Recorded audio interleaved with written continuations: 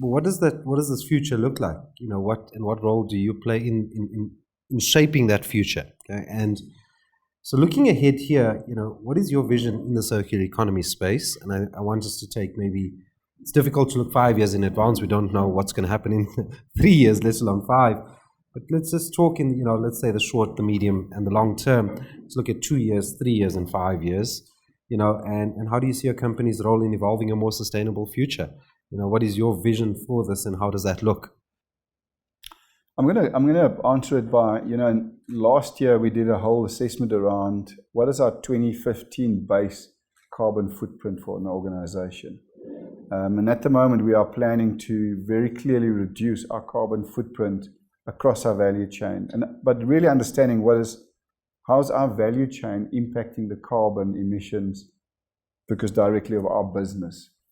And it's leading us to make the decisions from the future, and that determines the strategy of the future, and that determines how we see the circular economy as well, ultimately.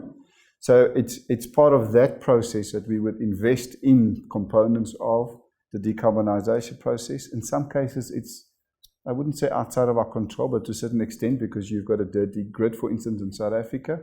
But in most cases, we're focusing on what we can do to drive a far stronger decarbonization process, and then that's impacting the circular economy.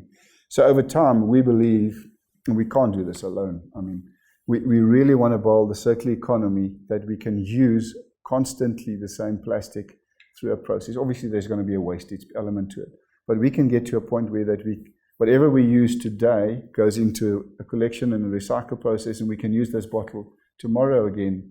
That would be the ultimate goal for us. So we'll continue that investment, we will continue that support, we will continue building that infrastructure, we'll continue that partnership with other companies, and then we're working very closely with suppliers as well. How do we optimize that piece of the value chain? How do we optimize building and making smarter, better bottles?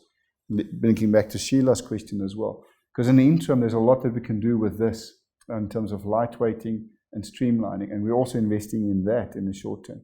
But definitely in the next 5 years, we will see a fundamental change in the circular economy being far more structured and far more developed and far more scaled than what we're seeing at the moment. We're making great progress in South Africa. The Petco model is a great success story.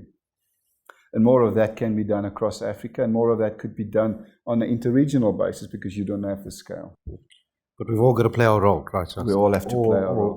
Or whether we're at an organizational level or an individual level.